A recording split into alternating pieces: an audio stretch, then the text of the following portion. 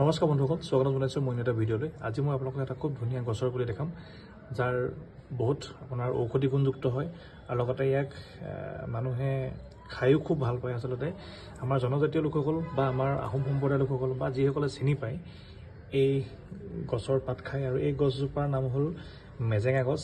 আৰু মেজেঙাৰ পুলি এটা মই আজি ৰাতিপুৱাই গিফ্ট পালোঁ।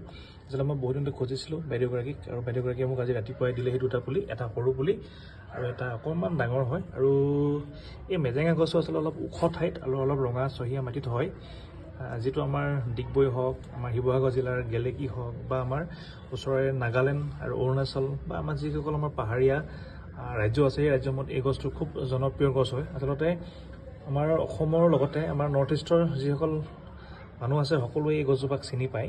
আৰু হিমগ্ল'বিনৰ কাৰণে খুব এজন উপকাৰী গছ, যিহেতু হিমগ্ল'বিন যিসকলৰ কম মানে তেওঁলোকে এই গছৰ পাতটো আপুনি বিভিন্ন ধৰণে খাব পাৰে। আপোনালোকে বইল কৰিও খাব পাৰে, কিছুমানে কেঁচাকৈও খায়, আৰু কিছুমানে আপোনাৰ গাহৰি মাংসৰ লগত খুব জনপ্ৰিয় এই শাকটো।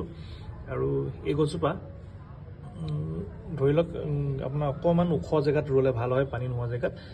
মোক দুজোপা আনি দিছে। এই গছজোপা আচলতে বছৰত বৰ কষ্ট হয়, মই কেইবাবাৰো আনিছিলোঁ, ট্ৰাই কৰিছোঁ। এইবাৰ প্ৰথমতে টাবত লগাই লৈছোঁ, অকণমান ডাঙৰ হোৱাৰ পাছত ইয়াক মই মোৰ ঘৰৰ তাত বাৰীত লগাম বুলি ভাবিছোঁ, অলপ ওখ জেগাডোখৰত। তো বন্ধুসকল, আপোনালোকৰ জেগাত এই গছজোপাক কোনে কি বুলি কয় মোক কমেণ্ট কৰি জনাবচোন। ধন্যবাদ।